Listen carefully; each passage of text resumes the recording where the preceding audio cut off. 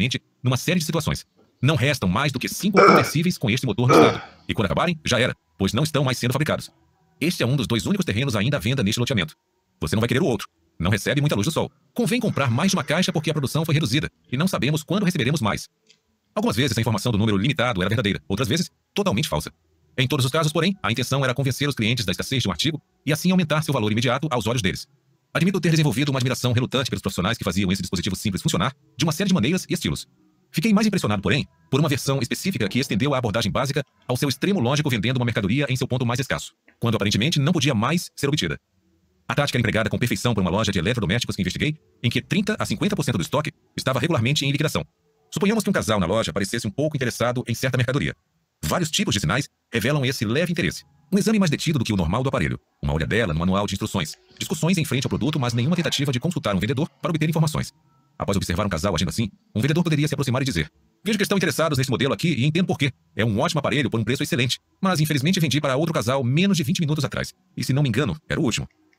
A decepção dos clientes fica clara. Por não estar mais disponível, o aparelho de repente se torna mais atraente. A reação típica é um dos clientes perguntar se existe alguma chance de que ainda reste algum no depósito. Bem, o vendedor admite: é possível ir voltar uma olhada. Se eu conseguir encontrar este aparelho para vocês a este preço, vão querer levar? Aí está a genialidade da técnica. De acordo com o princípio da escassez, pede-se aos clientes que se comprometam com a compra do aparelho quando parece menos disponível e, portanto, mais desejável. Muitos clientes concordam em comprar nesse momento especialmente vulnerável. Assim, quando o vendedor, invariavelmente, retorna com a notícia de que um suprimento adicional do aparelho foi encontrado, vem com uma caneta e um contrato de venda na mão. A informação de que o item desejado está em estoque pode fazer com que alguns clientes voltem a achá-lo menos atraente. Embora, a essa altura, a transação tenha ido longe demais para a maioria recuar. A decisão de compra tomada de forma pública num ponto crucial anterior continua válida. Eles compram. Depoimento de leitor 7.1. De uma moradora do norte do estado de Nova York. Um dia eu estava comprando presentes de Natal quando deparei com um vestido preto lindo. Eu não tinha dinheiro para ele, porque estava comprando presentes para outras pessoas. Pedi à vendedora que o reservasse até que eu pudesse voltar na segunda-feira, após a escola, com minha mãe, para lhe mostrar o vestido. A mulher informou que não poderia reservá-lo. Voltei para casa e contei do vestido para minha mãe. Ela disse que, já que tinha gostado tanto, poderia me emprestar o dinheiro. Na segunda-feira, depois da escola, passei na loja e descobri que o vestido não estava mais lá. Outra pessoa o havia levado. Somente na manhã do Natal, vim a descobrir que, enquanto eu estava na escola, minha mãe foi àquela loja e comprou o vestido que eu descrevera. Embora muitos anos já tenham se passado desde aquele Natal, ainda me lembro dele como um dos meus favoritos, porque após achar que tinha perdido o vestido, eu o valorizei como se fosse um tesouro. Nota do autor. Vale a pena perguntar o que torna a ideia da perda tão poderosa na vida humana. Uma teoria importante explica, em termos evolutivos, a primazia da perda sobre o ganho. Se alguém possui o suficiente para sobreviver, um aumento nos recursos pode ajudar, mas uma diminuição desses mesmos recursos talvez fosse fatal. Desse modo, uma sensibilidade especial à possibilidade da perda seria favorável à adaptação. Limites de tempo. Uma tática relacionada à do número limitado é a do prazo, em que se impõe um limite de tempo oficial à oportunidade do cliente de obter o que o profissional da persuasão está oferecendo. A semelhança de minha experiência com o templo mórmon, é comum que as pessoas se vejam fazendo algo que nem lhes interessa tanto só porque o tempo está se esgotando. O vendedor esperto se aproveita dessa tendência criando e divulgando prazos que geram um interesse antes inexistente. Exemplos concentrados dessa abordagem costumam ocorrer na divulgação de filmes em cartaz. Uma variante dessa tática é favorecida por alguns vendedores presenciais implacáveis, porque envolve o derradeiro prazo para a decisão. Este exato momento. Os clientes costumam ser informados de que, se não tomarem uma decisão de compra imediata, terão que adquirir o artigo a um preço maior depois ou simplesmente não conseguirão mais comprá-lo. O interessado em ingressar numa academia de ginástica ou em adquirir um automóvel podem ser informados de que a oferta do vendedor só é válida para aquele momento. É pegar ou largar. Um fotógrafo de crianças estimula os pais a comprarem o máximo de poses e cópias possível, porque limitações de estocagem me forçam a queimar as fotos não vendidas de seus filhos após 24 horas. Uma empresa na qual me infiltrei vendia aspiradores de porta em porta e instruía seus vendedores em treinamento a afirmar que tenho tanta gente para visitar que só posso ver cada família uma vez. Pela política da empresa, mesmo que vocês decidam depois que querem o aspirador, eu não poderei mais voltar e vendê-lo a vocês. Claro que isso é bobagem. A empresa e seus representantes ganham a vida vendendo, e qualquer cliente que ligasse pedindo uma segunda visita seria atendido de bom grado. Como o gerente de vendas da empresa enfatizou para seus trainees, o verdadeiro propósito da alegação de não poder voltar não é um impedimento na agenda dos vendedores. É evitar que os clientes potenciais tenham tempo para pensar, incutindo o medo de que não poderão comprar mais tarde, o que faz com que queiram o produto na mesma hora. Reatância psicológica. Os indícios, então, são claros. A manipulação da escassez como uma arma de influência pelos profissionais da persuasão é frequente, abrangente, sistemática e diversificada. Sempre que isso acontece com uma arma de influência, podemos ter certeza de que o princípio envolvido possui um poder notável em direcionar a ação humana. Com o princípio da escassez, esse poder advém de duas fontes principais. A primeira é familiar. Como as demais armas de influência, esse princípio explora nossa fraqueza por atalhos. Trata-se, como antes, de uma fraqueza inteligente. Sabemos que as coisas difíceis de obter costumam ser melhores do que as fáceis. Assim, muitas vezes podemos usar a disponibilidade de um artigo para nos ajudar a decidir, rápida e corretamente, sobre sua qualidade. Desse modo, o motivo da força do princípio da escassez é que, ao segui-lo, em geral, acertamos. Além disso, existe uma fonte de poder secundária única dentro do princípio da escassez. À medida que as oportunidades se tornam menos disponíveis, perdemos liberdades. E detestamos perder as liberdades que já temos. Esse desejo de preservar nossas prerrogativas consagradas está no centro da teoria da reatância psicológica, desenvolvida pelo psicólogo Jack Bram para explicar a reação humana à diminuição do controle pessoal. De acordo com a teoria, sempre que a livre escolha é limitada ou ameaçada, a necessidade de conservar nossas liberdades faz com que as queiramos, à semelhança dos produtos e serviços associados com elas, bem mais do que antes. Portanto, quando a escassez crescente, ou qualquer outra coisa, interferir com nosso acesso anterior a algum item, reagiremos contra a interferência, desejando o item e tentando possuí-lo mais do que antes. Por mais simples que o núcleo da teoria pareça, seus brotos e raízes se estendem por grande parte do ambiente social. Do jardim do amor jovem, passando pela selva da Revolução Armada, até os frutos do mercado. Uma parcela impressionante de nossa conduta pode ser explicada pelo exame das ramificações da reatância psicológica. Antes de começarmos, porém, convém descobrir quando as pessoas exibem pela primeira vez o desejo de lutar contra as restrições às suas liberdades. Os psicólogos infantis identificaram a tendência já na idade de 2 anos, uma época que os pais consideram problemática e chamam de os terríveis 2 anos. A maioria dos pais confirma que nesse período seus filhos se comportam com mais obstinação. As crianças de 2 anos parecem dominar a arte da resistência à pressão externa, especialmente dos pais. Se você diz uma coisa, elas fazem o inverso. Se lhes dá um brinquedo, querem outro. Se os põem no colo contra a vontade, se contorcem até serem postos no chão. Se os põem no chão contra a vontade, lutam e dão unhadas até serem carregados. Enganado. Peter Keir, The New York Times. Daniel Goleman não se lembra de como as economias de toda a sua vida desapareceram. Ele se lembra da voz aveludada de um vendedor ao telefone. Recorda que sonhou com uma fortuna no mercado futuro de petróleo e prata. Mas até hoje, o aposentado de 81 anos não entende como golpistas o convenceram a abrir mão de $18 mil. Eu só queria melhorar minha vida na velhice, contou Goleman, morador de Holder, na Flórida. Mas ao descobrir a verdade, não consegui comer nem dormir. Perdi quase 15 quilos. Continuo não acreditando que pude ser capaz de fazer aquilo. Goleman foi vítima do golpe que as autoridades policiais chamam de Boiler Room Operation, Operação Sala das Caldeiras, que costuma envolver dezenas de operadores de telemarketing falando rápido, apinhados numa pequena sala de onde ligam para milhares de clientes por dia. As empresas arrancam centenas de milhões de dólares a cada ano de clientes ingênuos, segundo uma subcomissão de investigações do Senado americano que emitiu um relatório sobre o assunto ano passado. Elas usam um endereço impressionante em Wall Street, mentiras e truques para induzir os indivíduos a aplicar seu dinheiro em vários esquemas que soam glamurosos, explicou Robert Abrams, o procurador-geral do estado de Nova York, que acompanhou mais de uma dúzia de casos desse golpe nos últimos 4 anos. As vítimas, às vezes, são convencidas a investir as economias de uma vida inteira. Orestes J. Mihaly, o subprocurador-geral de Nova York, incumbido da Agência de Proteção ao Investidor, informou que as empresas costumam operar em 3 estágios.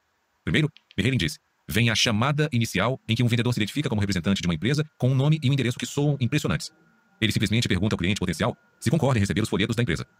Uma segunda ligação envolve uma conversa de vendedor. O vendedor primeiro descreve os grandes lucros a serem obtidos e depois informa ao cliente que já não é mais possível investir. O terceiro telefonema dá ao cliente uma chance de aproveitar o negócio, sendo oferecido com grande urgência. A ideia é pendurar uma cenoura diante do rosto do comprador e depois retirá-la, Mihaly comparou. O objetivo é fazer com que alguém a compre rápido, sem pensar muito a respeito. Segundo ele, pode acontecer de o vendedor se mostrar ofegante na terceira ligação e dizer ao cliente que acabou de chegar do pregão. Essas táticas convenceram Goleman a abrir mão de suas economias. Um estranho ligou repetidamente e o convenceu a transferir $1.756 para Nova York a fim de comprar prata, Goleman contou. Após outra série de telefonemas, o vendedor induziu o aposentado a transferir mais de $6 mil para aplicar em petróleo bruto. Ele acabou transferindo $9.740 adicionais, mas seu lucro nunca chegou. Senti uma dor no coração, o aposentado recordou. Eu não fui ganancioso. Só esperava viver dias melhores. Goleman jamais recuperou seu prejuízo. Anexo 7.1. O golpe da escassez. Observe como o princípio da escassez foi empregado durante o segundo e o terceiro telefonemas para induzir Goleman a comprar rápido sem pensar muito a respeito. Um estudo na Virgínia captou bem o estilo dos terríveis 2 anos entre meninos com idade média de 24 meses. Os pequenos acompanharam suas mães até uma sala contendo 2 brinquedos igualmente atraentes, que estavam sempre dispostos de modo que um ficasse perto de uma barreira de acrílico e o outro atrás dela. Para alguns meninos, a barreira tinha apenas 30 centímetros de altura, não impedindo o acesso ao brinquedo, pois podiam ultrapassá-la com facilidade. Para outros, porém, o acrílico tinha 60 centímetros de altura, bloqueando o acesso, a não ser que contornassem a barreira. Os pesquisadores queriam ver com que rapidez as crianças fariam contato com os brinquedos sob tais condições. As descobertas foram claras. Quando a barreira era baixa demais para restringir o acesso, os meninos não mostravam nenhuma preferência especial por qualquer um deles. Em média, o que ficava junto à barreira era tocado com a mesma rapidez que o localizado atrás. Mas quando a barreira constituía um obstáculo real, os meninos iam direto ao brinquedo bloqueado, fazendo contato com ele com uma rapidez 3 vezes maior do que com o brinquedo livre. No todo, os meninos desse estudo demonstraram a reação clássica dos terríveis 2 anos à limitação de sua liberdade. Desafio direto. Por que a reatância psicológica deveria emergir aos 2 anos? Talvez a resposta tenha a ver com uma mudança crucial que a maioria das crianças sofre em torno dessa época. É aí que começam a se reconhecer como indivíduos. Já não se veem como meras extensões do meio social, e sim como seres identificáveis, singulares e separados. Esse conceito de autonomia em desenvolvimento traz naturalmente consigo o conceito de liberdade. Um ser independente possui opções. Uma criança que acaba de perceber isso vai querer explorar a amplitude dessas opções. Não devemos nos surpreender ou preocupar quando nossos filhos de 2 anos resistem incessantemente à nossa vontade. Eles chegaram a uma recente e empolgante perspectiva de si próprios. São entidades humanas livres. Perguntas vitais sobre escolha, direitos e controle agora precisam ser formuladas e respondidas em suas pequenas mentes.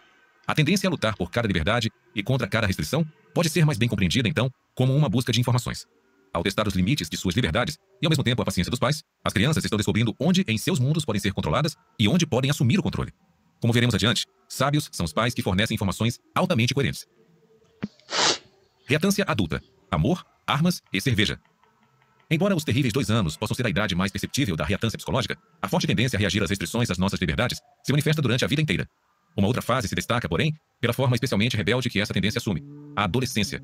Um vizinho sensato certa vez me aconselhou: se você quer realmente que algo seja feito, tem 3 opções: você mesmo fazer, pagar caro para alguém fazer, ou proibir seus filhos adolescentes de fazerem. Como os terríveis 2 anos, esse período é caracterizado por uma sensação emergente de individualidade. Para os adolescentes, a transição é do papel de criança, controlada pelos pais, para o papel de adulto, com todos os seus direitos e deveres. Não surpreende que os adolescentes costumem focalizar menos os deveres do que os direitos a que julgam fazer jus como jovens adultos. Tampouco surpreende que a imposição da autoridade tradicional dos pais nesse período se mostre contraproducente. Os adolescentes irão fugir, tramar e lutar para resistir a essas tentativas de controle. Nada ilustra tão claramente a característica bumerangue da pressão dos pais sobre o comportamento dos adolescentes como o fenômeno conhecido como efeito Romeu e Julieta. Como sabemos, Romeu Montecchio e Julieta Capuleto são os desventurados personagens shakespearianos cujo amor era condenado por uma rixa entre suas famílias. Desafiando todas as tentativas dos pais de separá-los, os adolescentes alcançaram uma união duradoura em seu ato trágico de duplo suicídio, uma afirmação derradeira de livre-arbítrio. A intensidade dos sentimentos e das ações do casal sempre foi uma fonte de admiração e espanto aos espectadores da peça. Como uma devoção tão intensa pôde se desenvolver com tamanha rapidez num casal tão jovem? Um romântico poderia atribuí-la a um amor raro e perfeito. Um cientista social, porém, apontaria para o papel da interferência dos pais e a reatância psicológica que ela consegue produzir. Talvez a paixão de Romeu e Julieta não fosse inicialmente tão intensa a ponto de transcender as barreiras erguidas pelas famílias. Talvez tenha sido alimentada justamente por aquelas barreiras. Será que, se os jovens tivessem sido deixados em paz, sua devoção ardente não passaria de uma afeição adolescente comum? Como a história é uma obra de ficção, essas perguntas são, obviamente, hipotéticas, e qualquer resposta seria especulativa. Mas é possível formular e responder com mais certeza questões semelhantes sobre Romeus e Julietas dos tempos modernos. Casais que sofrem interferência dos pais reagem aumentando a firmeza de seu relacionamento e sua paixão? De acordo com uma pesquisa realizada com 140 casais adolescentes do Colorado, isso é exatamente o que acontece. Os pesquisadores nesse estudo descobriram que, embora a interferência dos pais estivesse ligada a alguns problemas no relacionamento, os parceiros tinham uma visão mais crítica um do outro e relatavam mais comportamentos negativos. Aquela interferência também fazia o casal se sentir mais apaixonado e desejar se casar. No decorrer do estudo, à medida que a interferência dos pais se intensificava, o mesmo ocorria com a experiência do amor. Quando a interferência enfraquecia, os sentimentos românticos esfriavam. Para crianças de 2 anos e adolescentes, portanto, a reatância psicológica flui pela ampla superfície da experiência, sempre turbulenta e vigorosa. Para o resto de nós, a lagoa da energia reatante jaz tranquila e coberta, irrompendo apenas ocasionalmente como um geyser. Mesmo assim, essas erupções se manifestam numa variedade de formas fascinantes que interessam não apenas ao estudante da conduta humana, mas também a legisladores e formuladores de políticas. Existe, por exemplo, o caso estranho de Kennesaw, na Geórgia, a cidade que aprovou uma lei exigindo que cada morador adulto possuísse uma arma e munição, sob pena de 6 meses de prisão e multa de $200. Todos os aspectos da regulamentação das armas de Kennesaw fizeram dela um alvo perfeito para a reatância psicológica. A lei restringe uma liberdade importante e antiga que todos os cidadãos americanos consideram um direito. Além disso, foi aprovada pela Câmara Municipal de Kennesaw com um mínimo de participação pública. A teoria da reatância preveria que, sob tais circunstâncias, poucos adultos nessa cidade de 5.400 habitantes a obedeceriam. No entanto, os jornais informaram que, de 3 a 4 semanas após a aprovação da lei, as vendas de arma de fogo em Kennesaw dispararam. Depoimento de leitor 7.2. De uma mulher de Blacksburg, Virgínia. No Natal passado, conheci um homem de 27 anos. Eu tinha 19. Embora ele não fosse meu tipo, saímos juntos. Talvez pelo status de namorar um homem mais velho, mas realmente não me interessei por ele, até que minha família expressou preocupação com sua idade. Quanto mais pegava no meu pé, mais eu me apaixonava. A relação durou apenas 5 meses, mas teria durado 4 meses menos se meus pais não tivessem dito nada. Nota do autor. Parece que o efeito Romeu e Julieta continua firme e forte em nossa sociedade, aparecendo em todo tipo de lugar. Como explicar essa aparente contradição do princípio da reatância? A resposta surge após um exame mais atento de quem estava comprando as armas de Kennesaw. Entrevistas com donos de lojas locais revelaram que os compradores de armas não eram moradores da cidade, mas visitantes, muitos deles induzidos pela publicidade a comprar suas primeiras armas. Após a aprovação da lei, portanto, a compra de armas havia se tornado uma atividade frequente em Kennesaw, mas não entre aqueles visados pela lei. A população local a ignorou. Somente aqueles indivíduos cuja liberdade não havia sido restringida pela lei resolveram segui-la. Uma situação semelhante surgiu uma década antes, a centenas de quilômetros ao sul de Kennesaw, quando, para proteger o meio ambiente, o condado de Dade, Miami, na Flórida, proibiu o uso e a posse de produtos de lavanderia ou limpeza à base de fosfatos. Um estudo conduzido para avaliar o impacto social da lei descobriu 2 reações paralelas por parte dos moradores de Miami. Uma delas foi o contrabando. Grupos de vizinhos e amigos iam de carro em grandes caravanas do sabão aos condados vizinhos para estocar detergentes de fosfato. Os estoques rapidamente cresceram, e na obsessão típica dos assambarcadores, famílias se vangloriavam de possuir suprimentos para 20 anos. A segunda reação à lei foi mais sutil e geral do que o desafio deliberado dos contrabandistas e assambarcadores. Instigados pela tendência a querer o que não podiam mais obter, a maioria dos consumidores de Miami passou a enxergar os produtos de fosfato como melhores do que antes. Em comparação com os moradores de Tampa, não afetados pela lei do condado de Dade, os cidadãos de Miami avaliaram os detergentes de fosfato como mais suaves, mais eficazes na água fria, como alvejantes e limpadores melhores e mais poderosos contra manchas. Após a aprovação da lei, chegaram até a acreditar que os detergentes de fosfato eram mais econômicos. Essa reação é típica de indivíduos que perderam uma liberdade consagrada, e reconhecer isso é fundamental para entendermos como a reatância psicológica e o princípio da escassez funcionam. Quando algo se torna menos disponível, nossa liberdade de possuí-lo fica limitada, e experimentamos, em relação a isso, um desejo crescente. Raramente reconhecemos, porém, que a reatância psicológica fez com que desejássemos mais o item. Tudo o que sabemos é que o queremos. Para justificar nosso desejo maior, começamos a lhe atribuir qualidades positivas. No caso da lei antifosfato do contato de Dade, e em outros exemplos de disponibilidade recém-restringida, deduzir que há uma relação de causa e efeito entre desejo e mérito é um equívoco. Os detergentes de fosfato não limpam e alvejam melhor nem são mais econômicos depois de proibidos. Simplesmente pressupomos essas virtudes porque constatamos que os desejamos mais. Censura. A tendência a querer o que foi proibido e, portanto, presumir que é mais valioso, não se limita a produtos como sabão em pó. Estende-se também às restrições às informações. Numa era em que a possibilidade de adquirir, armazenar e gerenciar informações afeta cada vez mais o acesso à riqueza e ao poder, é importante entender como costumamos reagir às tentativas de censurar ou restringir, de algum modo, nosso acesso às informações. Embora existam muitos dados sobre nossas reações ao observarmos diferentes tipos de materiais potencialmente censuráveis, violência na mídia, pornografia, retórica política radical, existem poucos sobre a forma como reagimos à censura desses materiais. Felizmente, os resultados dos poucos estudos realizados sobre a censura são bastante coerentes. Quase sempre nossa reação ao material proibido é mostrar uma vontade maior de receber aquela informação e nos tornar ainda mais favoráveis a ela do que antes da proibição. A descoberta intrigante sobre os efeitos das informações censuradas no público não é o fato de os indivíduos quererem obter as informações mais do que antes. Isso parece natural. O surpreendente é que eles passam a acreditar mais nelas, mesmo sem tê-las recebido. Quando estudantes da Universidade da Carolina do Norte souberam que um discurso contra os dormitórios mistos no campus seria proibido, sua oposição a eles aumentou. Desse modo, sem jamais ouvirem o discurso, os estudantes se tornaram mais simpáticos a seu argumento. Isso levanta a possibilidade preocupante de que indivíduos especialmente espertos, defendendo uma posição fraca ou impopular, possam nos induzir a concordar com eles, fazendo com que sua mensagem seja restringida. O paradoxo